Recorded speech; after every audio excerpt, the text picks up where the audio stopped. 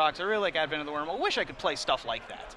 And this is sort of the genesis of that, as we see Gonzalo Velasquez, his opponent on white-black humans, is going to play a turn 1 Temple of Silence.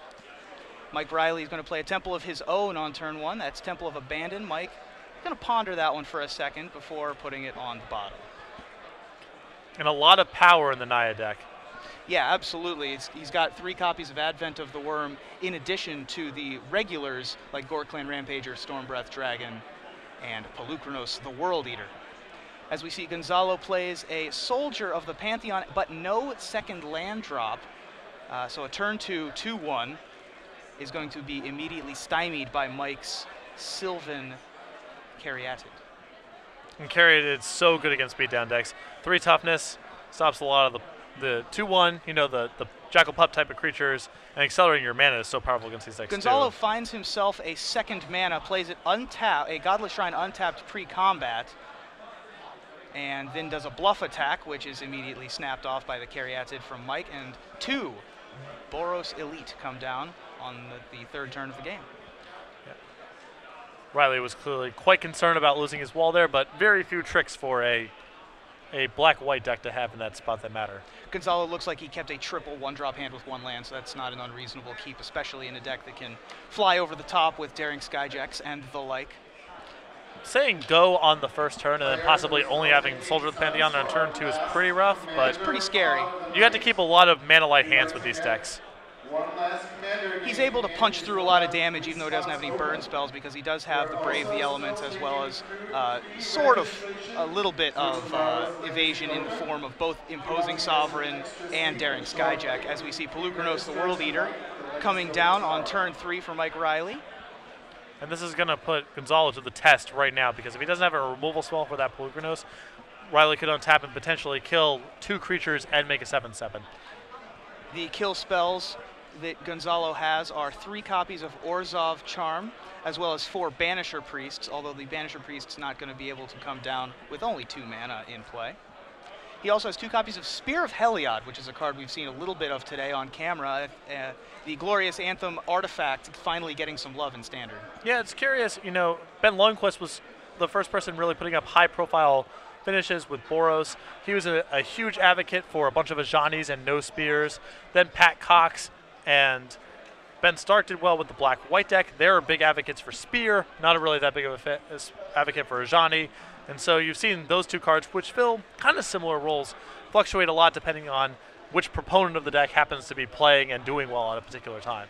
Gonzalo's stepped on the brakes here as he just drops a 3rd Boros Elite in the face of the 5/5 he's facing down. Mike gets to untap at 16 life on his 4th turn, which has got to excite him a little bit. Right, although Mike still needs to be conscious of, you know, don't be leaning too heavily on this Pelucranos right now. You know that there is Orzhov Charm.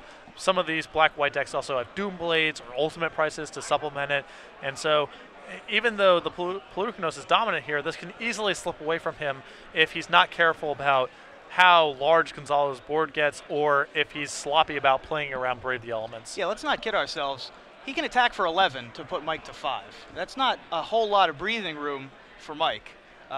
So when Gonzalo does get to attack, if a Brave the Elements is in his future and gets to name green, then it's a lot of damage in play. Yeah, it would be great for Reilly to be able to diversify the color of permanents he has in play. That would take a lot of the wind out of the sails of a potential aggressive Brave the Elements. Unfortunately, a lot of his permanents are green, including the tokens off of Advent of the Worm and Gorklan Rampager. Chain of the Rocks is white, however, and that's going to be able to take out the Soldier of the Pantheon. That Chain of the Rocks will enchant a Sacred Foundry, and then Dome Re-Raid is going to enter the battlefield. And this is a really good turn for Reilly. He's adding to his board while also taking away Gonzalo's potential to kill him out of nowhere. So, yeah, absolutely. And this Dome Re-Raid looks like it's going to fight with the 5/5. No Brave the Elements to save the Boros Elite, and now those Boros Elites are just 1/1s. No additional text currently. And yeah, so if Gonzalo wants to finish off that Dome Raid, involves suiciding one of his Boros Elites into a Pelucranos, which Reilly's also happy with. Yeah, it's already killed 1 Boros Elite. It would kill a second one on the way out if he decided to attack here, which I'm not sure how much choice Gonzalo has, and he does decide to attack the Dome Re-Raid. Domire dies. Precinct Captain comes down. That's still much more impressive on turn 2 or 3 than it is on turn 5 or 6. Yes. So Mike is able to untap with impunity here. He finds himself a Temple on top. He also has a Stormbreath Dragon in hand that can play either offense or defense against this deck because most of the creatures are white, except for Zathrid Necromancer. The Temple looks like it's going to leave whatever Mike had on top, so that's got a signal to Gonzalo that even though he's already in a bad situation, it may be about to get worse. Yeah, also bear in mind, Reilly missed his 4th land drop, so his hand is all spells. Yes. Attacking in for 5 with the Polukranos is Mike Reilly to get the damage started, and he actually has a higher life total right now than Gonzalo, as he was stymied early in the game, and Mike is going to drop Witch Stalker. Witch Stalker is a card that it doesn't really appear in these types of decks very often. But Mike was definitely high on Witch Stalker when we were talking to him about this deck earlier. Yeah, it's a threat that he says the interaction with this and Gorkland Rampager is excellent, as both blue and black decks really can't check it. And a 3-toughness hexproof creature is actually pretty rough on beatdown decks. Mono red, Boros, the Orzhov human decks we see on camera, they are a lot of 2-power creatures. So even though Witch Stalker isn't at its best here, a 3-toughness hexproof creature is still quite good. Yeah, it's still able to trump pretty much anything Gonzalo can put onto the board since most of his creatures are 2/2s. Can't be targeted, of course, by either Orzhov Charm or Banisher Priest, and is also pretty much immune to anything Gonzalo could do here, and also gets a +1/+1 counter for defensively minded Brave the Elements. So it actually does a lot in this matchup. Looks like Mike is tapping 5 mana here. And that is going to activate Polukranos, the World Eater. And I'm assuming we are going to be brawling with Gonzalo's 2 small creatures. Yep, the Daring Skyjack and the Boros lead, the 2 battalion creatures. We're going to be his only offense. Unfortunately, Mike has the 5 mana that he needed to be able to fight them both. In comes a 7/7 Hydra and a 3/3 Wolf, representing a large portion of Gonzalo's life total. He doesn't really have a good block here. No, he can chump block, but that's not really getting him anywhere. Also, keep in mind, Reilly still with that Stormbreath Dragon in his hand. Yeah, even if he doesn't block here, he doesn't get in for the extra damage to be able to put a token onto the battlefield because of the Sylvan Caryatid. And I really like this play from Mike of going monstrous with Polukranos instead of playing the dragon, since if Gonzalo was going to get out of that game, it involves the board getting built up and then Brave the Elements happening. Yes. So it makes a lot of sense there when you have a window to contain his board and still advance yours because you're turning your Polukranos into a 7/7 that turn. You get to attack with your 3/3. A lot of players' instinct in that spot, I believe, is just to play the dragon. It's pro-white against a mono-white deck, but I actually think that play covers Mike more against the types of ways that he could lose that game. I agree. As we move to the sideboards with Mike Reilly and his Naya deck up 1-0 on Gonzalo Velasquez and his Orzhov Humans aggro. Gonzalo stumbled that game, was not able to form any sort of cohesive offense before Mike was able to get going, and so we moved to sideboards. Let's start with Mike's. He has a copy of Chandra in his sideboard, which is excellent against the Boros and Orzhov little white creature decks, although it is worse against this build because Spear of Heliod can invalid hit it. Still very good against a deck chock full of one-toughness creatures. He has initial Chain of the Rocks, 2 Mizium Mortars, 2 Shocks, 2 Hammers, 3 Xenagos, and 4 Mistcutter Hydras. Quite honestly, I think Mike is just going to bring in more removal. Just the Chandra, the Chain of the Rocks, the Mortars, and the Shocks. He has plenty of ways to win the game once he's hitting 5 and 6 mana. It's getting out of the earlier turns that's the issue, and so I think he's going to want to shore that up a little bit. So what kind of things do you think come out? Do you think he takes out the ramp in the Elvish Mystics? I think that he should consider cutting Gorkland Rampager because he's the control deck. I think that he should consider cutting perhaps Witch Stalker, as it doesn't match up very well against Spear of Heliod. And so that gives us 6 slots to work with here. And he's only bringing in 6 cards, so that might be a straight switch. Right, yeah, that would be an easy swap. Looking over at Gonzalo's side of things, he has Doomblades, 2 of them in his sideboard. I would certainly expect that card to be making an appearance here. He has a copy of Renounce the Guilds, which is a card that was much more popular several months ago in Old Standard. before return, or not before Theros, to be able to deal with any manner of Detention Sphere, and still can deal with Detention Sphere, but in this matchup would deal with Gorkland Rampager or Dome Re-Raid, Xenagos, that type of thing. Right, it's also an answer that these decks need to Blood Baron, which is a really troubling card. So it's primarily there for Esper or Black-White decks, but it can come in random spots too against, Mono Red Devotion, for example, chock full of hybrid mana permanents, and so Renounce the Guild is a pretty flexible card. The other cards in Gonzalo's sideboard are 1 Pithing Needle, a trio of Thoughtseize, another Necromancer, 3 Dark Betrayal, 2 Sin Collector, and 2 copies of Prophet Lost. Do you see any of them coming in? What do you think about Thoughtseize or Pithing Needle, for example? I don't think any of those cards are likely to come in. I think he will probably bring in the 4th copy of Zathran Necromancer. Although I caution against that. Most post-board games slow down and become more removal-oriented. In those games, Zathran Necromancer becomes a lot more powerful. That said, it's pretty easy for Reilly's deck to overpower that sort of thing. It's in a mirror match type of situation where there's a lot of trading going on. Zathran Necromancer is really powerful, but when your creatures are just fundamentally outclassed, it's harder to win that kind of fight.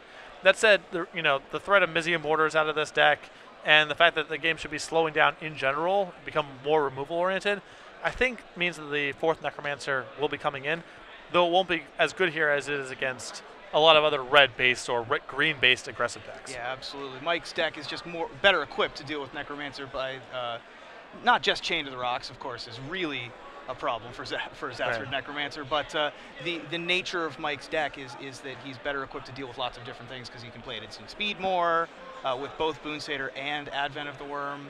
He has Dragon to fly over. Yeah. He has Plurukrinos that can check it. He's got good answers that aren't actually just strict answers to it. They can also be very good in games that don't involve Zathran Necromancer. Absolutely. So I wanted to tell a quick story. Mike came up to me at the end of the last round to talk about his deck. He's very excited about this Naya deck. He's an excitable person. I can see that. Having known him for many years, I'm sure you could tell me many stories about him talking, waxing poetic about his various decks. But he was very excited about this Naya deck. And one of the reasons why was because he says that he typically doesn't show up to Magic tournaments early. But this one he showed up early for whatever reason and ran into Cliff Wexler, regular Pro Tour competitor. You might remember he is the gentleman who broke his leg at Pro Tour Amsterdam. Yes, I do. He's grinded his way onto many a Pro Tour by winning PTQs, falling off the train, winning a PTQ, falling off. And they were talking about the red-green deck. And Mike was like, I really like the red-green deck, but I wish it had these white spells in it. And Cliff's like, interesting you say that. That's what I did. And then Mike is, really? And so they look at the deck and laid it out, and we're like, oh, this is everything I've ever wanted.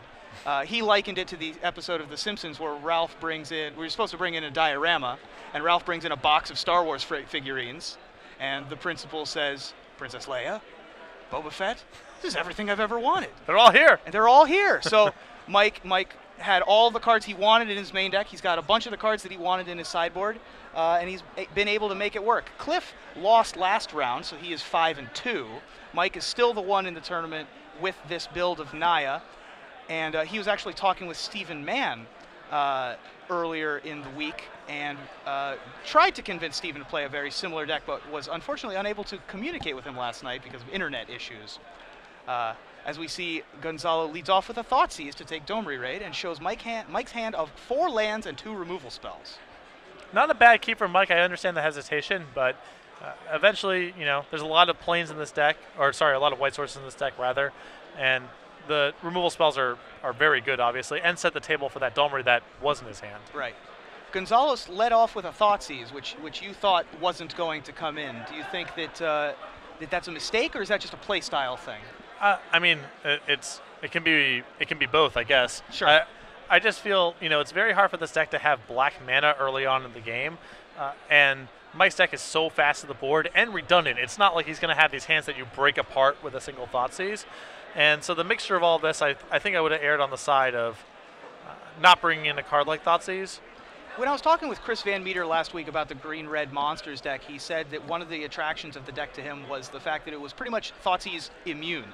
Like, he got Thoughtseized and then his opponent would see how he would lose. Right. As we see Mike Reilly shock a Soldier of the Pantheon, but Orzhov Charm returns it to play with its forgotten about Reanimate ability. Well, the bounce a creature you control and all enchantments to your hand is actually That's the real forgotten about one. least used one, yeah. But returning a Soldier of the Pantheon to play, I imagine Doom Traveler is the most returned one-drop by Orzhov Charm in its life. But we see Pelucranos make an appearance for a brief second before it gets Doom-bladed, and Gonzalo's Soldier of the Pantheon marches on and is joined by a friend. Reilly really needs to find white mana pronto. Yeah, he needs to find white mana pretty quick, and he does not have it currently, but he does have Stormbreath Dragon. Usually pretty good against the white-based humans deck. However, as we see lurking in Gonzalo's hand, there is another copy of Doomblade. Yes. The Terrors, on the other hand, I think are very good against Reilly no matter what. Yes. But I am suspicious of Thoughtseize. As we see, Mike, I think, is deciding whether or not to attack here. Well, it ultimately won't matter because of the Doomblade, but if I'm Mike, I definitely want to be on the defensive here. Left it back on defense. End of turn, Gonzalo killed the dragon, marches in for another 4, putting Mike to 12.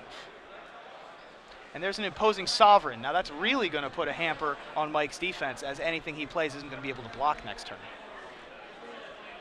And Reilly pulls up another useless forest.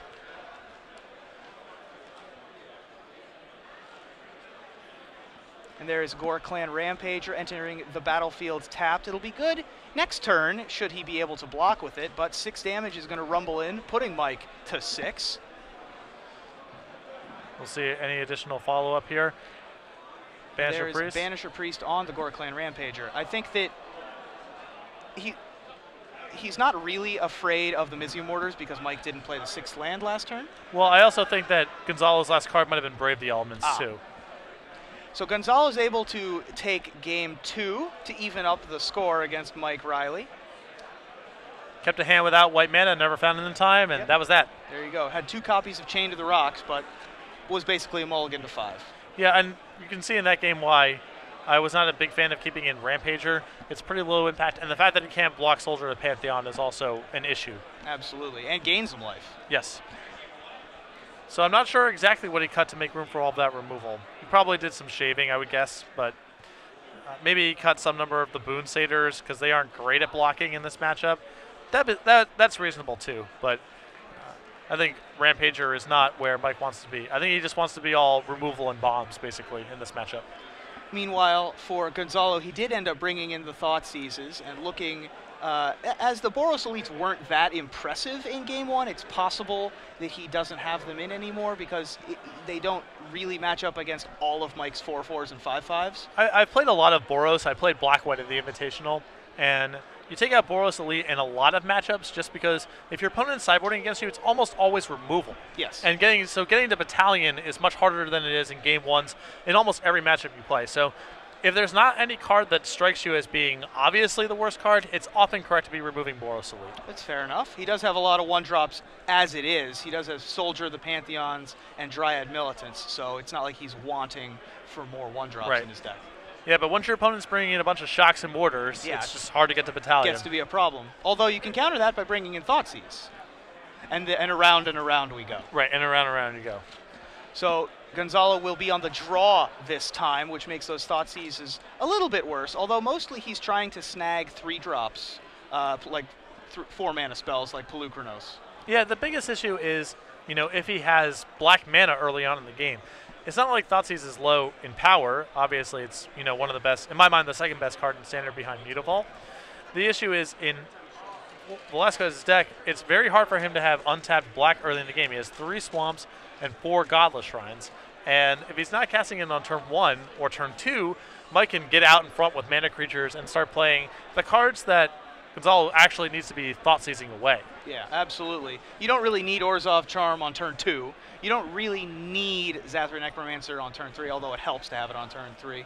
But 3 Swamps, 4 Godless Shrine, 4 Temple of Silence, that's only 11 black sources in Gonzalo's deck, so it's not completely realistic to expect to have a turn 1 Thoughtseize. Yeah, and no, he's got some black sources, but given how Thoughtseize is probably mediocre at best against Reilly to begin with. Absolutely, yeah. It calls into question bringing it in. Although it was good that game. It was very good that game when Mike had the 2 removal spells, 4 lands, and 1 impact card. Right. Although if he sees a hand of Mana Elf, Sylvan Caryatid, 4-drop, 4-drop, it's going to be a lot worse. Yes. And I think the Thoughtseizes actually get worse on the draw because Velasquez needs to be like faster to the board because, time is not on his side. He needs to be the aggressor, and he's already kind of on the back foot in terms of that when he's on the draw. And having Thoughtseizes and needing to spend mana that way and hoping to have black mana to be able to cast them in the first place, all that adds up and becomes more impactful when he's on the draw. Yeah. I did not see Gonzalo re-sideboard, however, so I believe those Thoughtseizes are still in his deck. As we see Mike looking at his opening hand, deciding if he can keep. The pairing of Mountain Advent of the Worm as the front 2 cards. Yeah, that a good summary of the deck right there. Yes. The sample hands from this deck are quite interesting. Yeah. With Temple Garden, Plains, Forest, or not Plains, but Temple Garden, Forest, Chain to the Rocks, for example. This is certainly a deck that I believe is eagerly anticipating having 4 more temples it can play. Absolutely. Gonzalo is going to mulligan his opener. He's still going to need an aggressive draw, even if it's only on 6 cards. He's going to probably need to go 1-drop, 2-drop at least, although 2-drop, 3-drop is not that bad. But Mike is going to be able to hit the board very quickly. I think that this game might hinge on whether or not Mike is able to land Sylvan Caryatid on turn 2. That's just going to spell doom no matter what comes next from Gonzalo, as we see turn 1 Elvish Mystic, which is also a pretty good start. Yes. Soldier of the Pantheon from Gonzalo. And depending on what Mike has in his hand, he might decide to just leave this Elvish Mystic back. He looks like Mike has a very land-heavy hand. Although it does have an Advent of the Worm and a Pelucranos, so he probably wants this Mystic and it won't be blocking. Yeah, I would be surprised if he offers up this trade. Although he has a Rampager, he played the Sacred Foundry tab, so. All right, he'll offer up. He'll offer up a trade, attacking Gonzalo down to 17, currently winning. Mike falls to 18 thanks to the 2-1 on turn 1, and there's a Boros Elite and a Temple of Silence. Gonzalo's hand does include a Brave the Elements, something to keep in mind as this game progresses. It also has Daring Skyjack and Zathrid Necromancer, so it's not want for power. I think at this point he's just looking for a land, and since Gonzalo left a card on top, my guess is that he is going to be able to find it next turn. But keep in mind, this Naya deck can actually go beatdowns pretty effectively itself, especially with Advent of the Worm, which I believe Reilly will have access to on the 3rd turn. He does have access to it, but instead Pelucranos is going to be the option, it looks like. Deciding whether or not to play it, there it is. The legendary Hydra from Heroes vs. Monsters, although that one's the Theros version. And I assume that we have a Doomblade, we're going to see it, and if not, then... Nope. Well, things are going to get a little bit awkward now because Mike is going to have access to 5 mana and once again be able to fight 2 different creatures. Pelucranos, the slayer of small white creatures everywhere. Right. And here is 5 mana. Looks like he's going to use 4 of it currently. Nope, deciding to use it all to be able to fight the Soldier of the Pantheon and the Daring Skyjack, leaving Gonzalo with not but a Boros Elite here on turn 4. And the Pelucranos, I believe, can safely attack. 7/7 with 5 damage on it. Yep, and it will. There is 7, dropping Gonzalo to half of his life total. Well within Hitgetsugu's 2nd right range. In comes the 1-1. Got to start somewhere. I guess, yeah. Dropping Mike to 15. And he has a Godless Shrine in his hand, so he's deciding if he wants to play the Godless Shrine untapped. I think he has a Banisher Priest to be able to take down the Pelucranos. The danger of that is it resets the Pelucranos for later if Mike has a shock or anything. Well, assuming that Velasquez doesn't have access to any other removal spell, then he has to just cast Banisher Priest this turn. He can't worry about Mike having cards left over since it's very hard for Gonzalo to actually beat anything extra that Mike has at this point. Imposing Sovereign is the play, and he plays a Godless Shrine untapped to be able to brave the elements to block Unfortunately for him, I believe there's a Gore Clan Rampager in Mike's hand to make that 7-7 quite large. Oh, and by the way, trampling. Yes. I mean, his hand is. I mean, he has a Domery, a Dragon. He has it all, like we mentioned earlier. This deck has it all, and currently his hand has it all. Yes. You And can see what he was talking about. Yep. And so it looks like Domery Raid is going to be the initial play. He's going to try and fight this imposing Sovereign, but in response, Brave the Elements for green is going to be named. It's not really going to matter, because attacking for 7, attacking for 11 puts you to -2, and that's the match. So Mike Reilly moving to 7-1. New Jersey native, Mike Yes. Reilly.